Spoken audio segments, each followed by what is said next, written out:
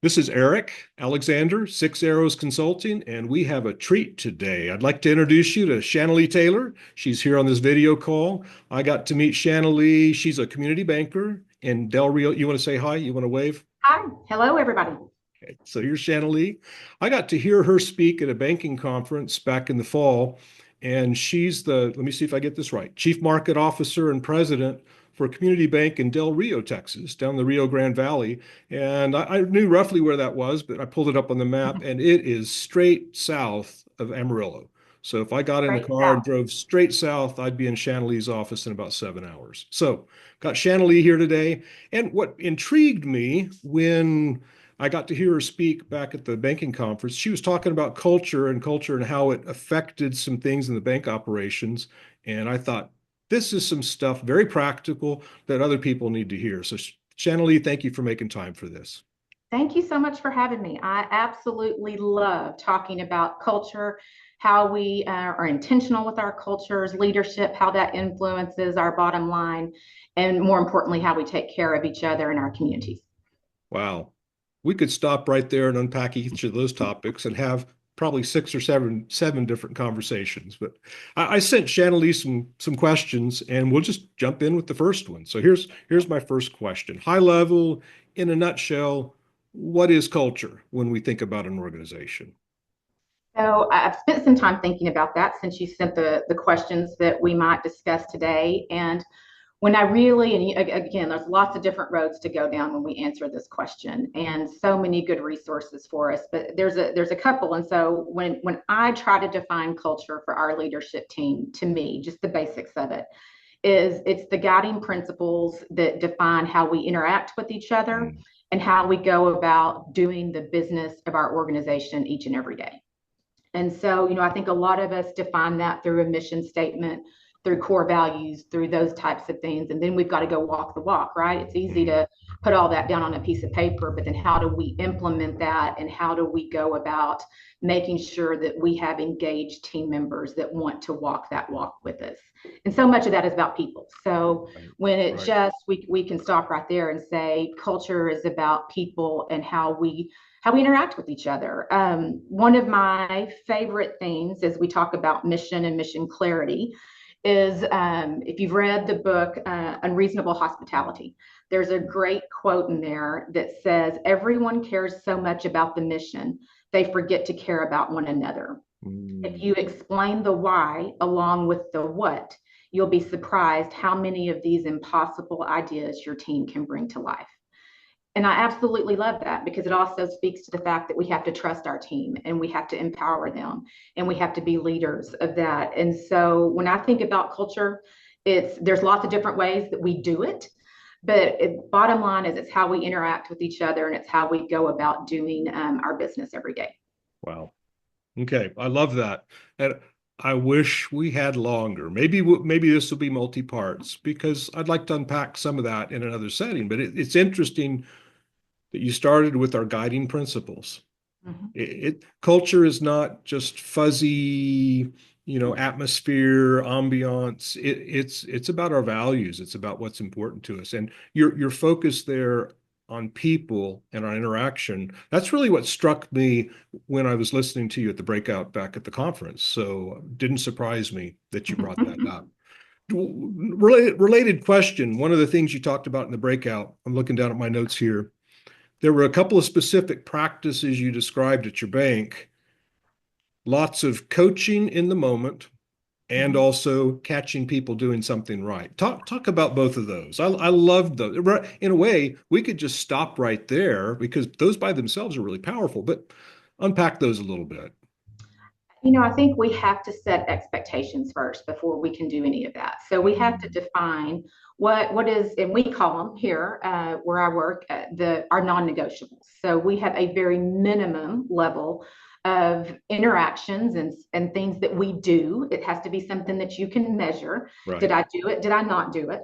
But we have to make sure that we know what those are first. So we set our Mm, expectations mm, and what is the minimum level mhm. here, and then we're going to encourage and we're going to teach how to wow and go above that minimum level. Okay. But we've got to start with our non-negotiables, and that's something that anyone can do on the very first day they show up. We can smile, And so, for example, that's one of our non-negotiables. We can greet each other. We can do those types of things, but I have to define what those are. Mm-hmm. Once I do that, and I have an amazing leadership team in place, and so I want to make sure that I'm giving credit where credit is due, because my leadership strategy has always been to surround myself with people that are better than I am, Mm-hmm. and I have the blessing of doing that each and every day, and working with people who are just exceptional at what they do and do get to play in their area of strengths, 80% of the time in their career. So that's pretty good stuff for me. So once we define those expectations and we know what our non-negotiables are, then we've got to coach our team. We've got to help, our mission is to help you succeed, is what our mission at the Bank and Trust is. And so there's lots of different ways we do that. We have to be listening as leaders. We have to be checking in regularly. But one of the things I'm finding that is working for us right now is truly coaching in the moment. We are now, we have team members in our organizations who have had this with them since the day they were born. They don't know a life without that immediate technology and that immediate response. And did you like my post? Did you not like my post? And so immediate coaching in the moment, I think, is really effective for us. And I think we all want to know how we're doing. We want to be accountable to those core values. And so we're really encouraging and practicing and working with our team leaders right now to be able to recognize those moments in the middle of a customer interaction or on the floor. How do we go out and really praise them? If we want to have those behaviors repeated, then go catch them doing something right. And that's easy to do. And that breaks down those barriers. It forms trust. And other people around get to hear you recognizing and praising the behavior that you would like to see repeated and for everyone. And so that to me is really easy. We don't ever want to coach in a way that is derogatory or negative in front of others. That would be done privately. But certainly you have the opportunity to go catch people doing something right.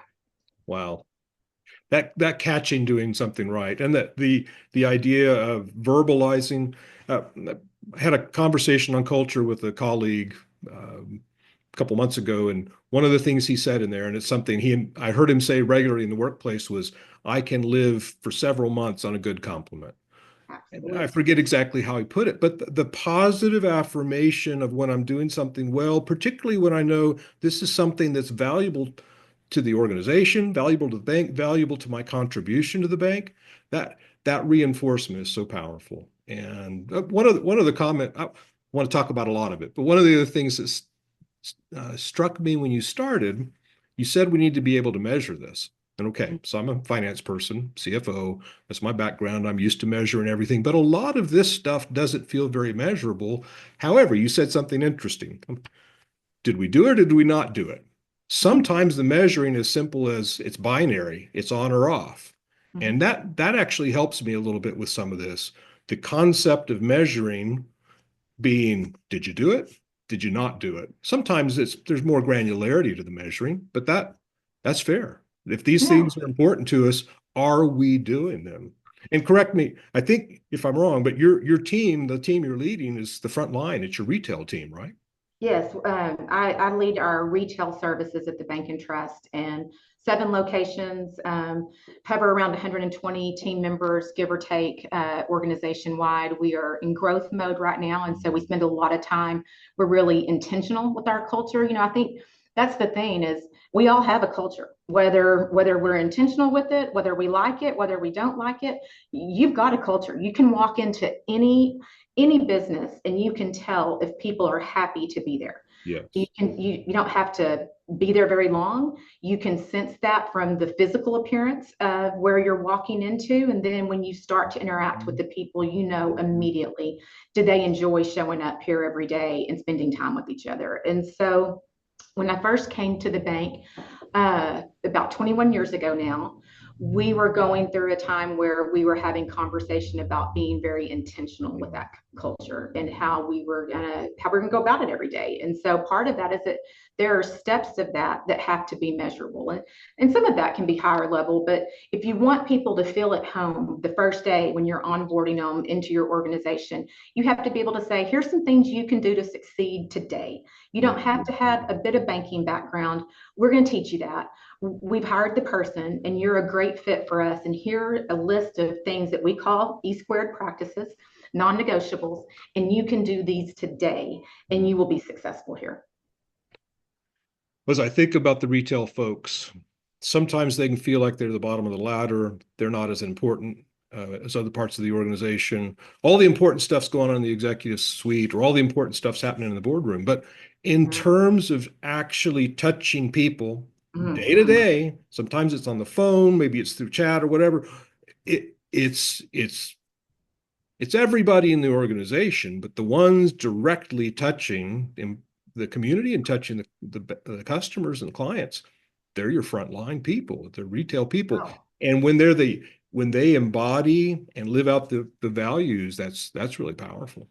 Well, and when, there's no one who is, they are the face of our organization. They Right. are the heart of our organization. They are the ones who form relationships on a daily basis with the people that we want to be banking their grandkids someday. Mhm. And so there is not a more important role in the organization than our frontline team members who are the bank and trust. Good. Well, one more question. Let's see. I, you also shared with me some of the stuff you do where you're talking with other organizations in your community about culture. And one of the things that Sure. stood out to me in there was, can you see our mission? Can you touch our mission? Can you hear our mission? Talk through those with me if you would.